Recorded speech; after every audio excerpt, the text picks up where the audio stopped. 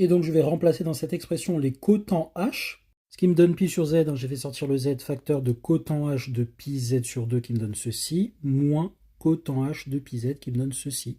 On voit que ça se ressemble, hein, donc pour faire apparaître ce dénominateur-là, eh bien je vais tout simplement multiplier par entre guillemets le conjugué du dénominateur, et ça va me faire l'expression ça carré moins ça carré qui fait bien ceci, qui correspond en fait à l'expression du numérateur. Donc je me retrouve bien avec le numérateur au carré moins ce que j'avais avant ici, hein, j'ai distribué le moins sur le même dénominateur, hein, avec l'identité remarquable, truc moins truc, facteur de truc plus truc, c'est truc carré moins truc carré, autrement dit ceci. J'applique l'identité remarquable avec les carrés, donc j'ai ça au carré, ce qui me fait pi z ça se simplifie, ça au carré, ce qui me fait moins pi z avec exponentielle moins pi z, ça se simplifie, et donc j'ai tout simplement le double produit qui me reste, et le double produit fait 1, puisque j'ai ça fois ça, et donc j'ai ça moins ça dans les exposants, et j'ai le facteur 2, ce qui me donne tout simplement pi sur z, 2 sur exponentielle pi z moins pi z, et ça je reconnais bien le sinus hyperbolique. Et donc je viens bien de démontrer que f de z est égal pi sur z fois sinus hyperbolique de pi z pour tout z dans R plus étoile. Check pour ça. Ok, on est content, on a la somme de la série sur R plus étoile, mais comme on le disait au début, nous on le voulait pour le plus de nombres complexes possible. Question sur C privé de IZ, comment on va faire? Eh bien on va utiliser le théorème du prolongement analytique, et donc on va se concentrer sur prouver l'holomorphie des deux membres.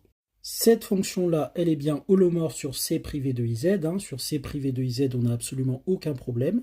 Le dénominateur ne s'annule pas et on a produit, addition et quotient de fonctions holomorphes. Par contre, on voit qu'on a des pôles en IZ. Hein. Le dénominateur vaut 0 si et seulement si Z est égal à 0 ou ceci est égal à ceci. Hein, puisque ça, c'est le sinus pi Z. Hein. On a une différence exponentielle et donc les exponentielles seront égales.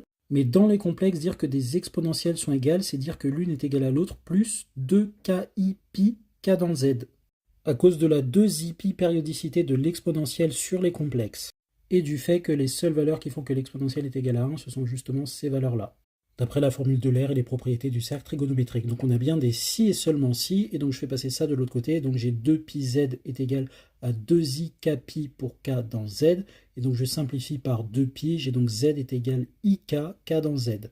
Le numérateur ne s'annule évidemment pas, et donc j'ai bien que le dénominateur s'annule si et seulement si z est égal à ik pour k dans z.